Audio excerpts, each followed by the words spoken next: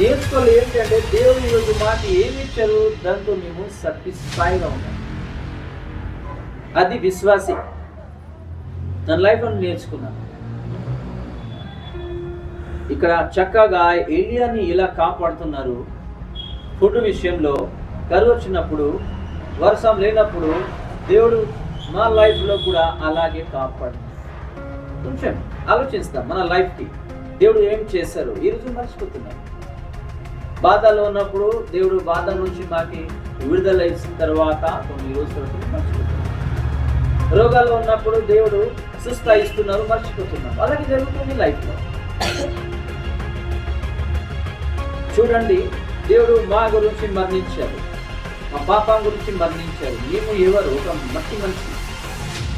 మా చూపులో పాపం ఉన్నాయి, ఆలోచనలో పాపం ఉన్నాయి, హృదయంలో పాపం ఉన్నాయి, శరీరంలో పాపం ఉన్నాయి, మన నడవలో పాపం ఉన్నాయి, ప్రతి విషయంలో పాపం ఉన్నాయి. ఆ పాపిష్టి మనిషిని కాపాడాలని పరలోకం నుంచి దిగి వచ్చారు భూమికి.